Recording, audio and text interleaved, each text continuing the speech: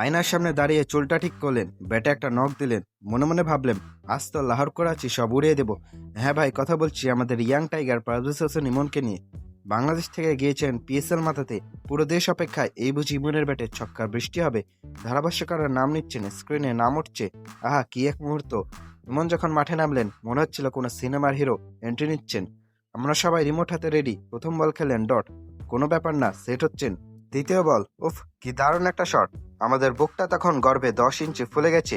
মনে মনে বলছি, বাপ্পি লাহিড়ীর গান বাজাও, আজ ইমন কাঁপাবে। কিন্তু হয়, সুখ তো আর সবার কপালে সয় না। 13টা বল খেললেন, মাত্র 14টা রান।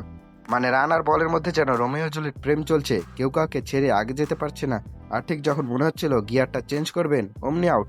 মানে আসলাম, দেখলাম এবং বিদায় নিলাম।